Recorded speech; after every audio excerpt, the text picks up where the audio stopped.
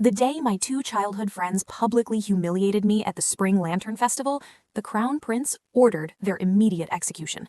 I thought he was protecting my honor as his ward. I didn't know he'd been obsessively in love with me for 8 years. I only discovered the truth when floating text began appearing before my eyes, comments from unseen observers, revealing secrets I was never meant to know. Why is the side character still staring at Scholar Min? He's the kingdom's top poet. What would he want with a girl who can barely read classical texts? While he composes verses with Lady Hei-wan, all she does is eat honey cakes and embroider badly. Scholar Min would rather die than marry her. Look at Lord Park. His head is practically touching the floor. He's praying she doesn't choose him. I snapped my gaze up from where I knelt before the throne. Sure enough, Scholar Min Tae-young was deliberately avoiding my eyes, while Lord Park Jin-woo had his forehead pressed so low to the marble floor I couldn't see his face. And then the text that made my blood run cold. Look at the Crown Prince. That unhinged bastard has been in love with her for 8 years. Whoever she picks today, he'll kill anyway. The moment she chooses, she'll be dragged to the Red Pavilion by nightfall. Her eyes will lose all focus by morning. I whipped my head toward the dais. Crown Prince Yi-yun sat perfectly still on his elevated seat, dressed in formal royal blue robes embroidered with gold dragons.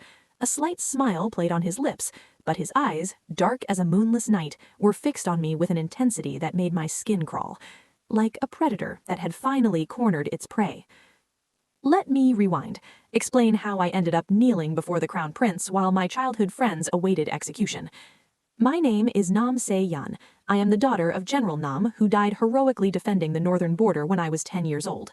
In recognition of my father's sacrifice, the late king made me a ward of the royal family, placing me under the guardianship of the then queen consort.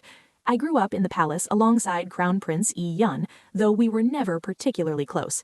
He was always busy with state affairs, learning governance and military strategy. I barely saw him for weeks at a time. Instead, I spent my days with 2 boys from noble families who attended the Palace Academy, Scholar Min Tae-young, whose family controlled the Ministry of Rights, and Lord Park Jin-woo, heir to the powerful Park military clan. We'd been inseparable since childhood, or so I thought. The trouble began 3 months ago when Lady Hei-wan arrived at court. She was the daughter of a provincial governor, sent to the capital after her exceptional poetry and musical talents caught the Queen Dowager's attention. Beautiful, refined, accomplished in all the arts, everything I wasn't. Within weeks, she'd captivated everyone, especially Tae-young and Jin-woo. I told myself I wasn't jealous. They were my friends. I should be happy they'd found someone they admired. But then came the Spring Lantern Festival. Every year, nobles gathered at Lotus Lake to float lanterns and pray for good fortune. I'd prepared for weeks, commissioned a special lantern with my family crest, even practiced the traditional blessing chant. I was waiting by the pavilion when Tae-yeon and Jin-woo arrived, with Lady Hei-wan between them. Se-yeon, Tae-young said, not quite meeting my eyes, Lady Hei-wan needs assistance with her lantern ceremony. Would you mind finding your own way to the lake? It was a 20-minute walk, through crowds, alone. But we always go together, I said, quietly. Jin-woo shifted uncomfortably. It's just this once. Hei-wan is still learning court customs. We should help her. I could help. You're not exactly known for your grace at these events, Tae-young cut in, his tone sharp. Remember last year when you tripped and knocked over the ceremonial incense? Hei-wan is representing the Queen Dowager. We can't risk complications. The words hit like a physical blow. I watched them walk away, Lady Hei-wan's tinkling laugh floating back to me.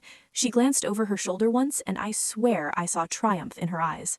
I should have left then, gone home, preserved my dignity. Instead, I followed at a distance, clutching my lantern like an idiot. At the lake, hundreds of nobles were gathered, floating their lanterns onto the water. The ceremony was beautiful, paper lanterns glowing like fallen stars. I was looking for a quiet spot to perform my own blessing when I heard Tae-yang's voice carrying across the water. Lady Hei-wan's poetry surpasses anything I've read in years. She truly embodies the classical virtues. Unlike some, Jin-woo added, and they both laughed. I didn't need to ask who they meant. I was so focused on not crying that I didn't notice the Crown Prince's ceremonial procession approaching until someone shouted. I turned and collided directly with the incense bearer in the Crown Prince's procession. The ceremonial incense, blessed by monks and meant to be offered at the ancestral shrine, went flying, landed in the lake with a hiss. The entire festival went silent. I fell to my knees immediately. Your Highness, I didn't see. She never sees anything. Taiyang's voice cut through the silence. He'd appeared beside the Crown Prince, along with Jinwoo. Your Highness, Lady Nam has always been clumsy. She doesn't mean disrespect. His tone was apologetic, but his eyes when they met mine were cold, embarrassed. Perhaps, Lady Haewon's soft voice joined in, Lady Nam is overtired? She's been quite emotional lately. The implication was clear. I was unstable, hysterical. Jinwoo nodded. We've been concerned about her behavior. She's been following us around. Enough. The Crown Prince's voice was quiet, but it cut through everything else. He was looking directly at me. His face was perfectly composed, but something in his eyes made me shiver. Scholar Min, Lord Park, Lady Haewon. His tone was cordial, almost pleasant. You were with Lady Nam before the procession? Yes, Your Highness, Taiyang said quickly. We tried to help her avoid embarrassment, but... And yet she ended up alone, in the path of a royal procession. The Crown Prince's smile didn't reach his eyes. How unfortunate. The temperature seemed to drop 10 degrees. Guards, arrest Scholar Min and Lord Park for dereliction of duty. As Lady Nam's sworn companions, they failed to prevent her from disrupting royal ceremony. The penalty is death. The world tilted. Your Highness, I gasped. Please, it was my fault. We will discuss your punishment separately, Lady Nam. His gaze never left Taiyang and Jinwoo, who'd gone white as paper. These two, however, abandoned their duty to protect you. The consequences must be severe. That was 2 days ago. Now I knelt in the throne room while Taiyang and Jinwoo waited for execution, and floating text revealed the truth I'd been too naive to see. The side character is so pathetic. Can't she tell they both love Haewon? In the last timeline, the side character chose Scholar Min. He spent their entire marriage writing poetry for Haewon. The side character died of heartbreak at 23. Lord Park never married in the last timeline, raised Haewon's children as his own after Scholar Min got her pregnant. The words blurred my vision. Not with tears, I was too shocked for tears. They'd never loved me, not even a little. Lady Nam, the Crown Prince's voice drew my attention. We have decided to show mercy. Choose one of them to be your husband. That one will be spared execution. Ha! As if the Crown Prince is really giving her a choice. He's been obsessed with her since she arrived at Palace. Whoever she picks, he'll kill for dishonoring her. Then he'll drag her to the Red Pavilion and make her his consort by force. The Red Pavilion has soundproof walls. No one will hear her screaming. I almost feel bad for the side character, but she interfered with the main romance, so... My hands were shaking. I looked at Taeyang. He was staring at the floor, his jaw clenched, probably terrified I'd choose him. I looked at Jinwoo. His fists were white-knuckled against the marble, whole body tense with dread. Neither of them wanted me. They'd humiliate Lady Haewon by marrying me, and they'd rather die. And the Crown Prince... I glanced at him again. This time I saw what I'd missed before, the possessive gleam in his eyes, the barely restrained violence in how still he sat. 8 years, the comments said. He'd wanted me for 8 years. The Red Pavilion, soundproof walls. Just choose already. The unhinged Crown Prince is losing patience. Look at Scholar Min. He's going to reject her anyway. I took a breath.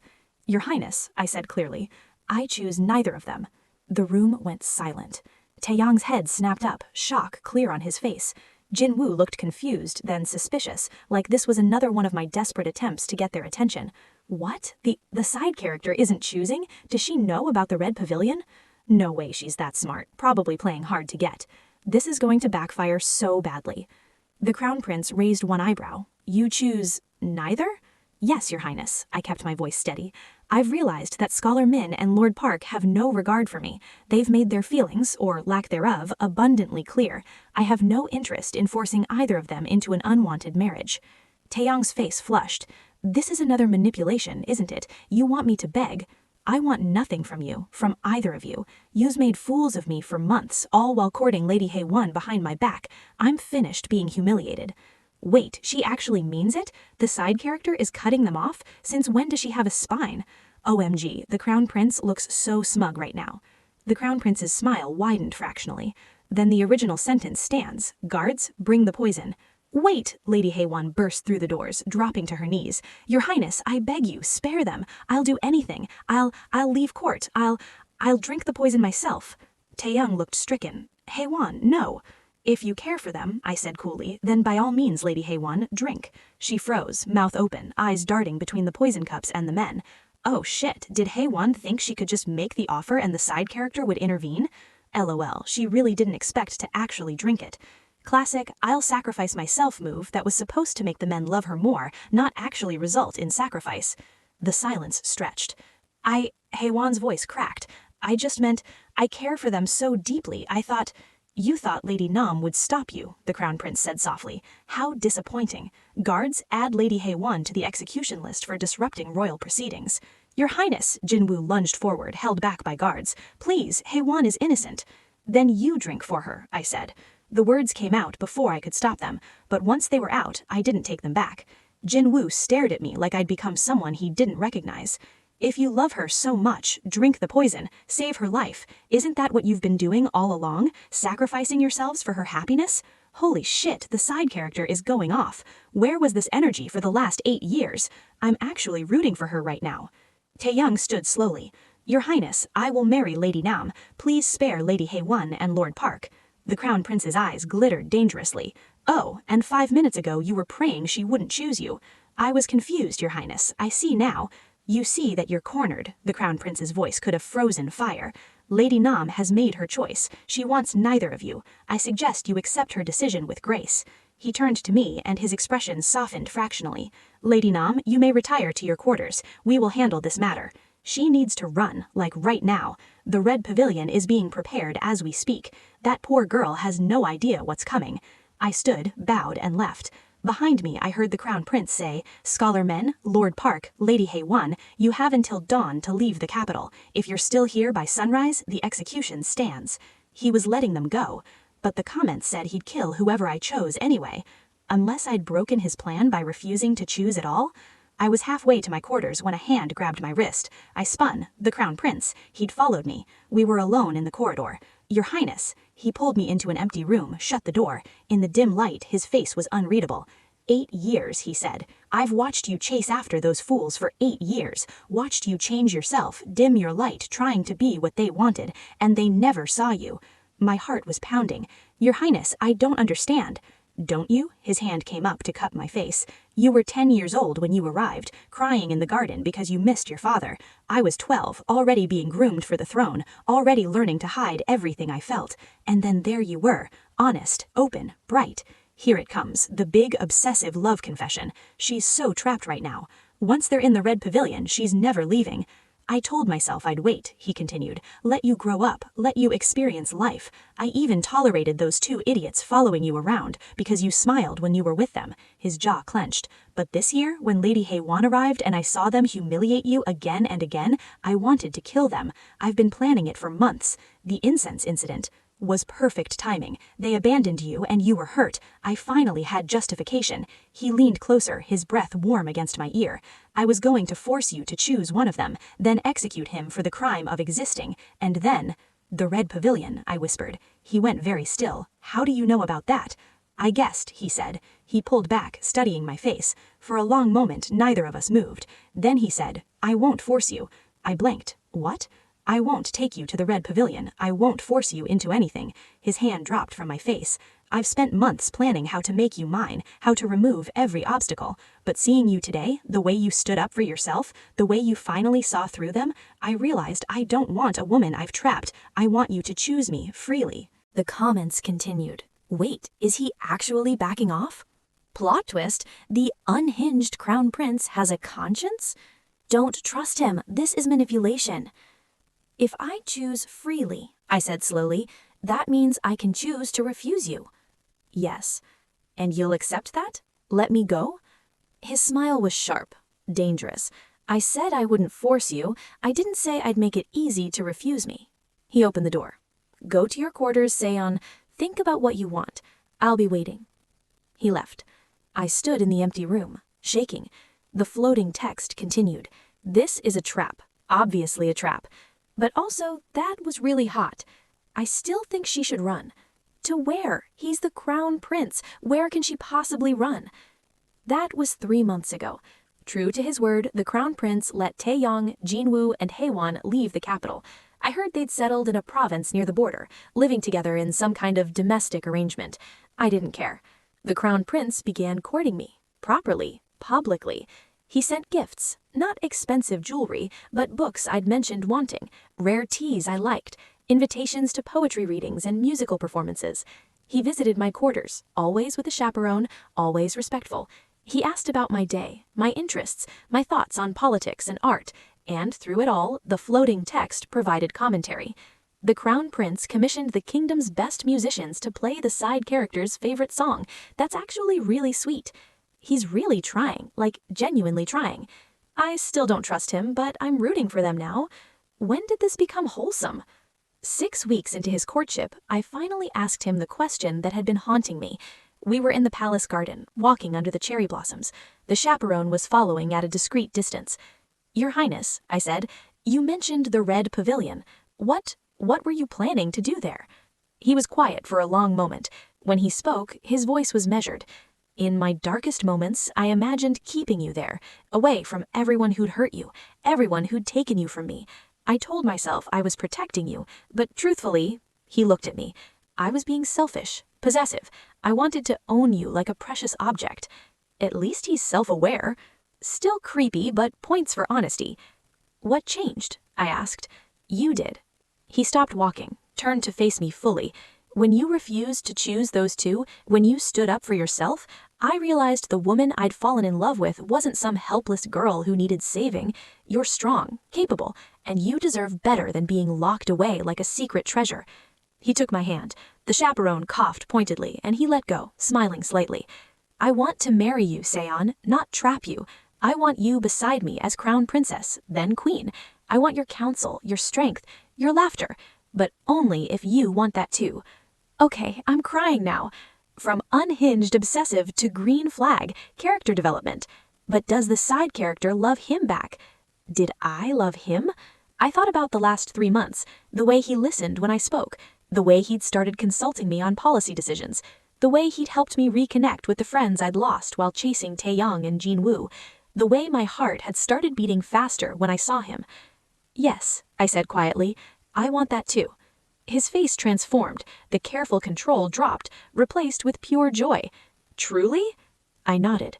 "But I have one condition." "Anything."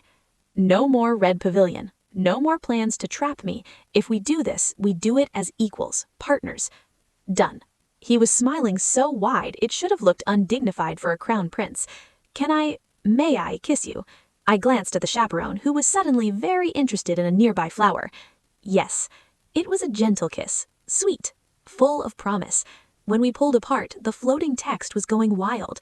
"They're so cute. I can't believe I'm shipping the unhinged crown prince and the side character. This is the best redemption arc ever." "Okay, but what about—" The text cut off abruptly. For the first time in months, the floating words vanished completely. I blinked. "The comments are gone?" "Comments?" Yiyan looked confused.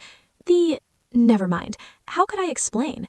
But I understood what had happened. The story was over. The side character had found her happy ending, and the invisible observers had moved on. I was free. We were married 2 months later. The wedding was magnificent. The entire capital celebrated for 3 days. On our wedding night, as Yiyan carefully removed my ceremonial hairpins, he said, "I have a confession." "Oh?" "I had the Red Pavilion demolished 2 weeks ago. I never want you to fear that I might—" He trailed off. "I just want you to know, you're safe with me, always." I pulled him close. "I know." And I did. Years later, when we had 2 children and he'd taken the throne, we received word that Taeyong, Jinwoo, and Haewon had settled well in their border province. "Should I have them brought back to court?" Yihan asked. "They were your childhood friends." I thought about the girl I'd been, desperate for their approval, willing to change everything about herself to earn their affection. Then I looked at my husband, who loved me exactly as I was, who'd learned to control his obsession, to channel it into devotion and partnership. "No," I said, "let them be. I have everything I need right here." He kissed my forehead. "As do I." The floating text never returned. I sometimes wondered if I'd imagined it all, those mysterious comments revealing truths I needed to see. But it didn't matter. I'd found my happy ending, not with the men everyone expected I'd love, but with the one who'd loved me enough to let me choose. And that choice made all the difference. The end. Moral of the story? Sometimes the person everyone calls unhinged is just someone who loves you enough to work on themselves. And sometimes the greatest love story is learning you deserve better than you thought.